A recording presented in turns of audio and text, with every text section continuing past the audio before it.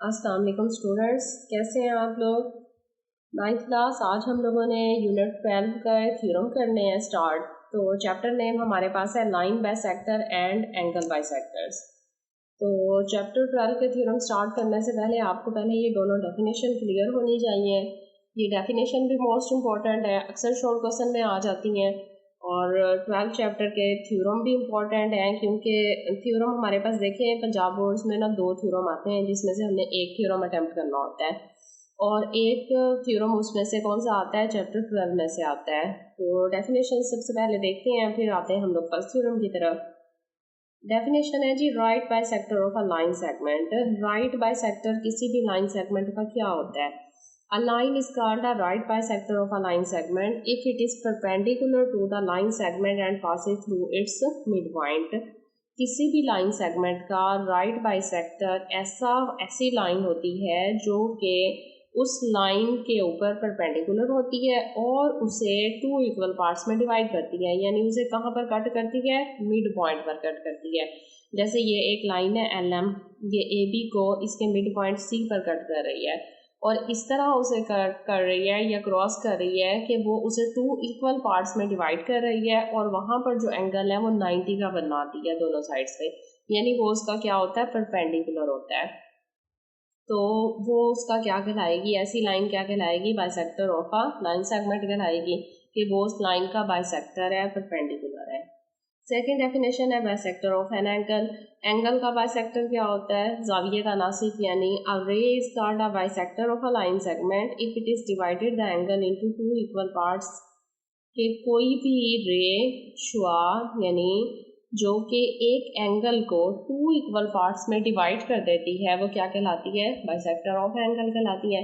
यानी एंगल को कोई अगर रे 2 इक्वल पार्ट्स में डिवाइड कर दे तो वो बाइसेक्टर ऑफ एन एंगल कहलाएगा।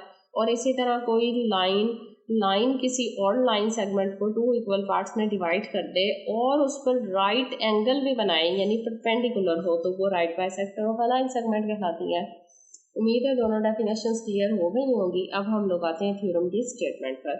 फर्स्ट थ्योरम है हमारे पास, any point on the right bisector of a line segment is equidistance from its mid point.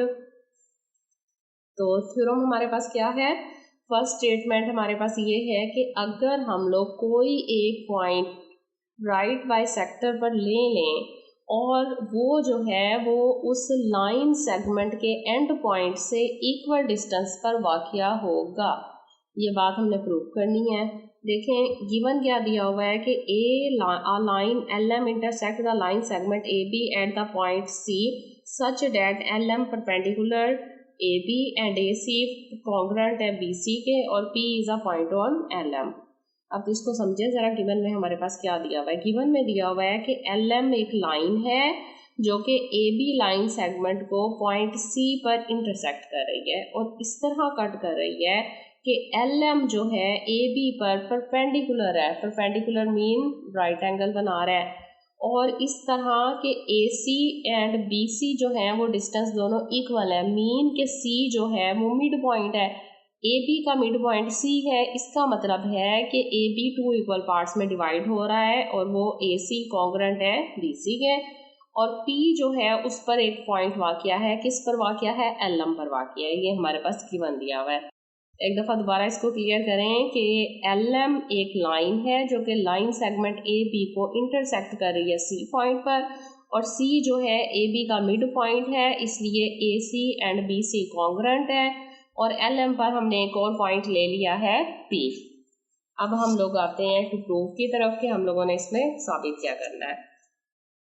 देखें प्रूफ हमने ये करना है कि टू प्रूव है PA कॉन्ग्रेंट है PB। थोड़ा सा ऊपर करते हैं ताकि डायग्राम हमें ज़रा क्लियर हो, दोबारा डायग्राम पर आ जाए ज़रा। देखें P जो हमने पॉइंट लिया है ना, हमने प्रूव करना है कि PA कॉन्ग्रेंट है PB, यानी ये दोनों डिस्टेंस क्या है, कॉन्ग्रेंट है।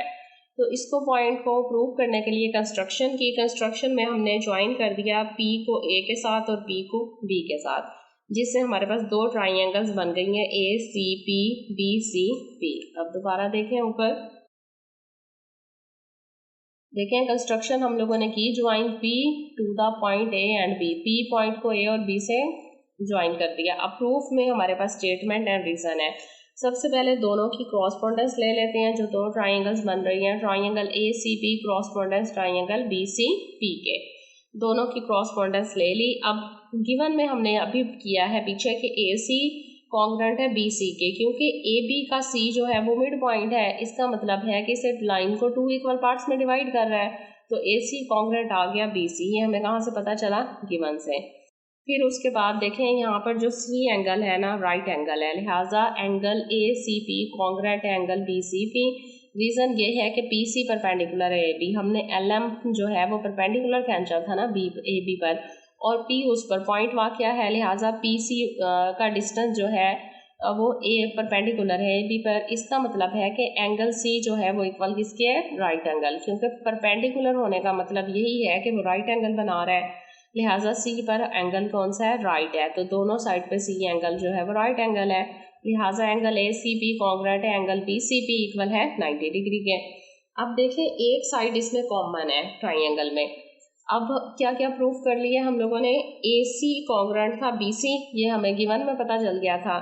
फिर इसके बाद मेजर एंगल ACP और एंगल BCP, ये दोनों तरफ 90 के एंगल बना रहे हैं, लिहाजा 90 का एंगल 90 के इक्वल है। थर्ड साइड कौन सी है? PC, ये देखें ट्राइंगल की, ये दोनों ट्राइंगल्स में कॉमन है, लिहाजा PC कॉन्ग्रेंट है PC, ये हमारे पास कॉमन है। अब देखें हमारे पास तीन चीज़ें जो हैं वो प्रूफ हो गई हैं, 2 साइड्स एंड 1 एंगल, लिहाजा ट्राइंगल कॉन्ग्रेंट हो गई हैं। ट्राइंगल ACP क्रॉसपोंडेंस खत्म करके कॉन्ग्रेंट का साइन डाल दें ट्राइंगल BCP के। तो साइड एंगल साइड पोस्टुलेट, क्योंकि 2 साइड्स हैं और 1 एंगल है, तो ये पोस्टुलेट कंप्लीट हो रहा है। अब देखें अगर ये हमारे पास दोनों ट्राइंगल्स की कॉन्ग्रेंट हैं, मीन बेस बेस के इक्वल है, परपेंडिकुलर परपेंडिकुलर के इक्वल है, तो हाइपोटेनस हाइपोटेनस के इक्वल होगा, लिहाजा PA कॉन्ग्रेंट होगा PB के, हेंस PA कॉन्ग्रेंट है PB के। तो यही हमने प्रूफ करना था। रीज़न इसकी क्या आ जाएगी? Corresponding sides of congruent triangle, क्योंकि ट्राइंगल्स कॉन्ग्रेंट हैं इसलिए उनकी क्रॉसपोंडिंग साइड्स भी इक्वल हो। जब भी कोई ट्राइंगल इक्वल होती हैं तो उसकी तीनों साइड्स तीनों एंगल्स आपस में इक्वल होते हैं, मतलब कि ट्राइंगल कॉन्ग्रेंट है, लिहाजा क्रॉसपोंडिंग साइड्स भी कॉन्ग्रेंट है, और यही हमने प्रूव करना था। उम्मीद है आपको फर्स्ट थ्योरम एक्सप्लेन हो गया होगा अच्छी तरह।